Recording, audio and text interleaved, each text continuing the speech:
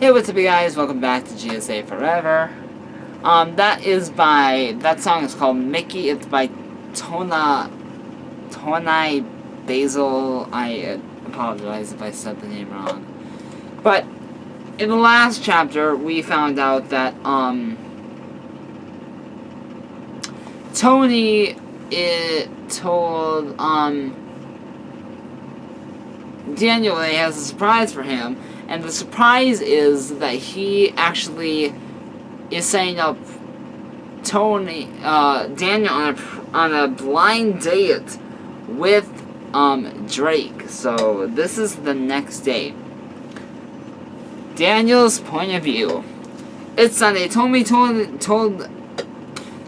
meet him for the surprise date. I'm so excited, but I'm also kind of scared. I really have no idea what's going on, or even what it is for. It's nowhere near my birthday or Christmas, so I guess all I can do is wait and find out. I wasn't sure when I was coming, though. I picked up my phone and texted Tony. Hey, Tony, when are you coming for the surprise? I asked. Around 2. It's gonna be one of the best moments of your life, Tony replied. I chuckled a little. Why is that? I asked. You'll see, he replied. I sighed, kind of hoping he would just tell me. Well, it wouldn't be much of a surprise if he told me. It was almost 11. I flopped over. I wish I would hurry up to be 2. Tony's point of view. I dialed Drake's number, waiting for him to pick up. Hello, Drake said. Hey, it's Tony, I replied. Oh, hey, what's up? He asked. Well, does sometime around 2 sound good to go to Daniel's house? I asked. Yeah, totally, I replied. Awesome, I'll pick you up around 1:40. I asked. Yeah, I replied. I said, bye. Then hung up. This shit is really gonna happen. I can't fucking wait. I just want to see the look on Daniel's face when he sees Drake walk in. This is just gonna be the best day ever. Should we plan what Drake is going to say? No, that always would make things awkward. Let's just see what happens. And what happens. Nothing bad should happen. I really hope not. It was 1:30 and I started to go to Drake's house. I plugged in my iPod into my car radio and played some all-time low. Once I got to Drake's house, I hopped out of the car and headed off to Daniel's house. What band is this? Drake asked. All-time low, I replied. Drake nodded and looked out the window. You're alright. You alright? I asked. He looked at me and nodded his head. You sure? I asked. Yeah, I'm just a little nervous, he replied. I'm gonna leave you 2 all alone so I don't make things awkward, I said. Wait. What? No, you won't make things awkward. He replied. I don't care. I'm still gonna leave you 2 alone. No, I don't think you're gonna do anything weird. I just don't wanna be awkward. I don't wanna be the awkward third wheel, I said. Drake just sighed. Finally, we got to Daniel's house. I knocked on the door, Daniel opened it, and his face almost turned instantly bright red. Surprise, I said. Daniel didn't do anything, not even move. He stayed completely still. I looked up at Drake, and his face was also bright red. Aw, cute! Daniel finally moved over and let us in. Drake and I walked in and walked over, and I walked over to Daniel. I'm gonna leave you 2 alone together. No, I don't think you're gonna do anything weird. I just don't want to be awkward. I just don't want to be the awkward third wheel. But if you really need me, I'll just be outside, I said. Daniel's face turned darker red, and I chuckled. Well, you kids have fun. Well, you know each other's names. So I'll leave you 2 be, I said, walking out the door. Daniel's point of view. Drake was a surprise. Well, it was all fucking really surprising. It's not that I don't want him here, I just don't know what to say. Is it gonna be really awkward? And why did Tony just have to leave us here alone?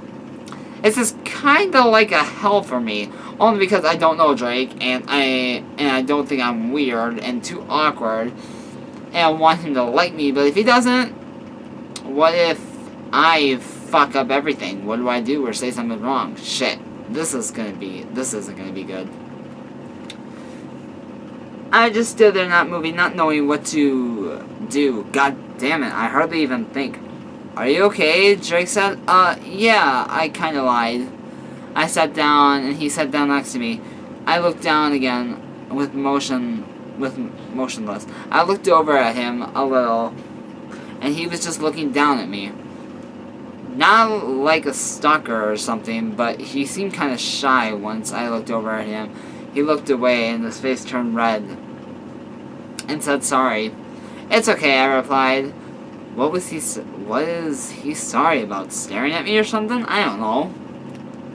Drake's point of view. I could tell Daniel felt really awkward and kind of wanted just to crawl in or under something and just hope everything would go away by the look in his eyes and how he was acting. Is it because of me? No. He has social anxiety. That's why. I'm pretty sure he has nothing against me. But he's not the only one who feels awkward. I do too. I have no idea what to say. He always listens to music on the bus. I guess that's something to talk about. So, what music do you listen to? I asked. I like rock, punk, metal, the kind of stuff you. The kind of stuff you? He replied. I smiled, saying, what's your favorite band? I asked. Probably Prince of the Bells. They're cool. My favorite would probably have to be Mice of Men. I said. Daniel flashed a smile and looked back down. I'm sorry if this is kind of really awkward for you. Or if you're kind of freaking out on the inside. Tony told me you had social anxiety. It's okay, I don't blame you, I said. Daniel smiled a little and blushed. Hey, you want to play some music? I asked. Daniel looked up at me and nodded. I got up and plugged my iPhone into his speakers, and he had the living room, and I put on Prince of the Bells and sat back down.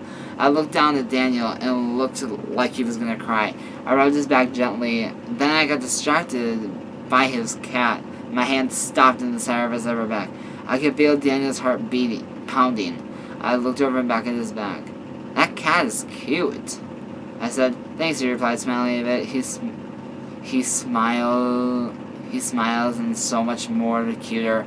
Daniel sat up and looked over at me. His eyes were big and looked worried, as if he was going to do something and make me leave. But no matter what he does, I'm not going to leave if I don't have to. I really want to stay with him forever. I don't want to leave his side. I want to help him. Also, I can't stand to see him struggle like this. Tony walked in and went to the kitchen. You guys alright? He asked. Yeah, I replied. Tony walked up to Daniel and whispered something to him.